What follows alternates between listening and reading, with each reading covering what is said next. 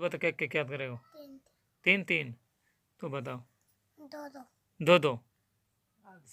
अब बता। तीन तीन। तो तीन पेड़ पढ़ो है। तो बताओ। पाँच। फिर पाँच हो गया भाई। सूर्यासी में कितने आए थे? कितने? 83। कितने आए थे? सूरत नंबर 36। अब दो दो आयत याद हो जाएंगे ना? दो दो आयत याद करेंगे, ठीक है? और 25 तारीख धीरे, ठीक है? 3 आयत तारी याद होगी। 25 नवंबर धीरे 3 आयत याद होगी। 25 आगे चलोगे।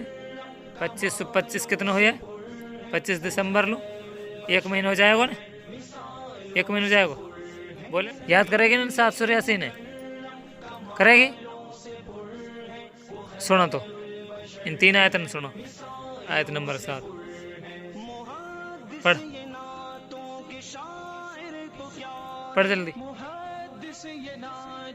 तो पढ़।